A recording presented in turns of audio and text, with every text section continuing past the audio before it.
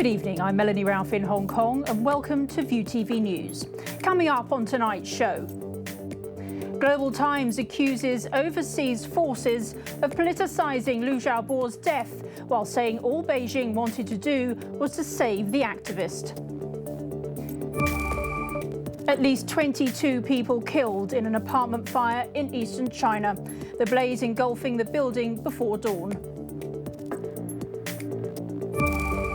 And the latest twist and turn in the Trump travel ban saga.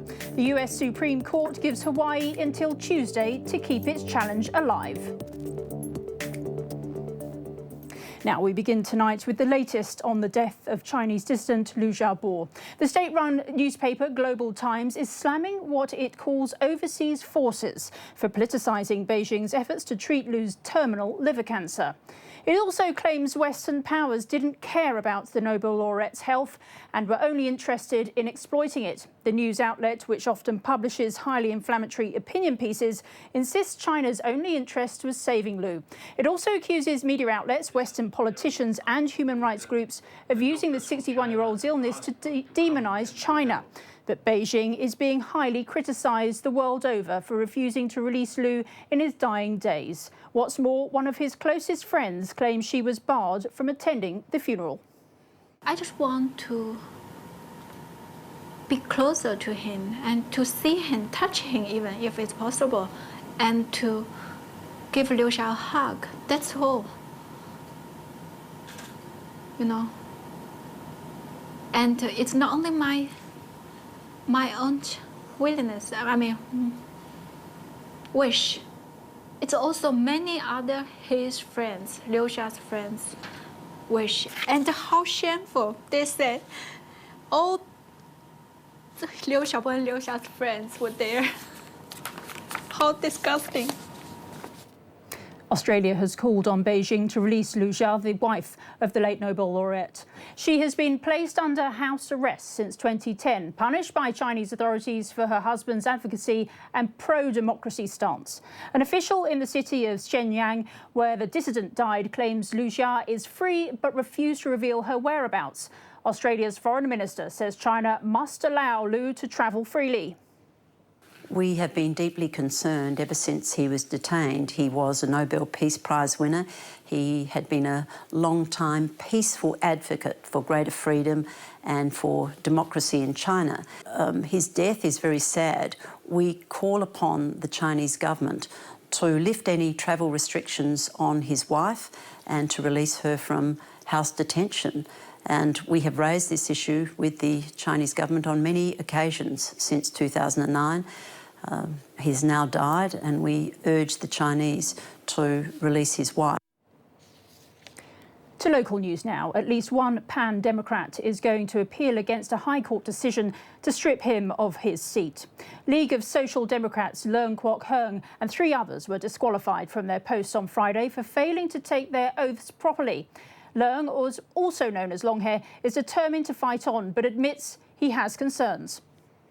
I'd have to pay $3 to $4 million if I lose the lawsuit and couldn't get any legal aid. If I can't pay the money, I'd be broke. Then I wouldn't be able to join the by-elections. So this is a really difficult situation. The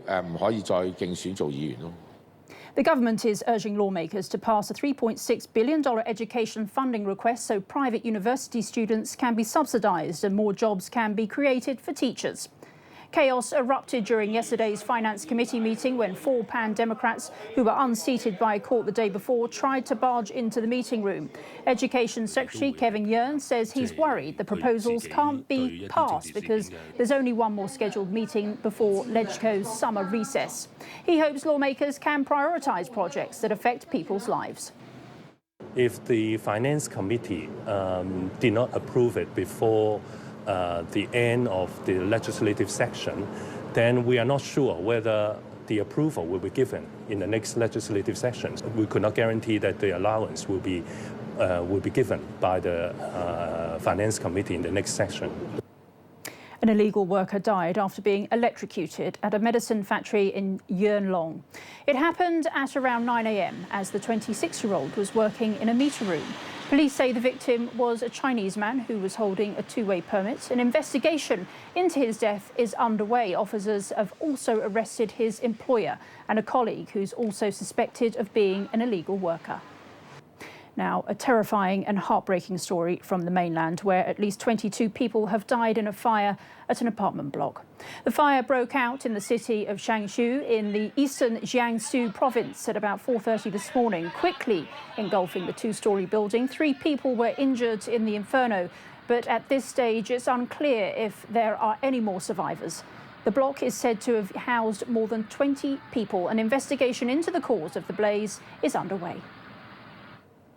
Now, there are fresh doubts about the future of a US-Australia refugee deal after officials abruptly stopped interviewing detainees at the Nauru detention centre. A refugee there has told Reuters officers that officers had left on Friday, 2 weeks before they were supposed to. A day earlier, Washington announced it had reached its annual refugee intake cap. Australia insists the deal is still very much taking place, but indefinite postponement could have major repercussions for its promise to shut down a second detention centre on Manus Island. In an illegal tit for tat, the state of Hawaii has till Tuesday to fight back against Donald Trump's travel ban. One of its federal court judges ordered the restrictions be relaxed, but as expected, the federal government is challenging that. Evelina Leung reports. The battle over Donald Trump's travel ban continues to unfold. The state of Hawaii made a ruling. The Trump administration appealed it. Now the Supreme Court is giving Hawaii till Tuesday to make its next move. A federal court judge in Honolulu decided to expand the meaning of family, allowing grandparents, aunts, uncles, and elder relatives to skirt the travel ban policy. It stops the administration from blocking refugees who have a commitment from a resettlement agency in the U.S.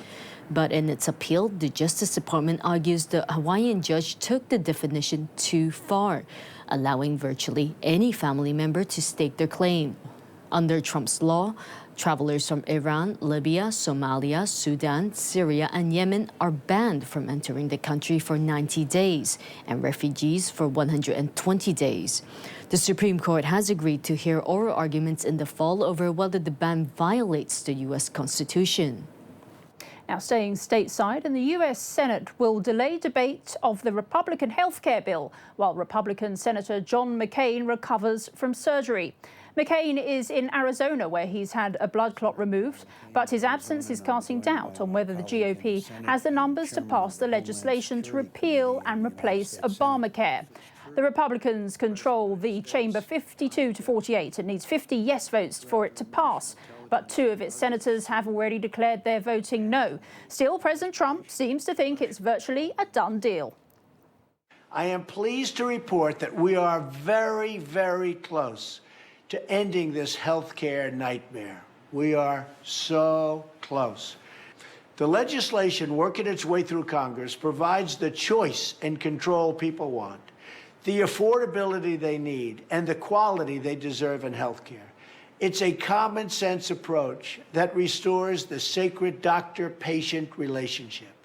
And you're going to finally have great health care at a lower price. Coming up next, the latest from the world of business.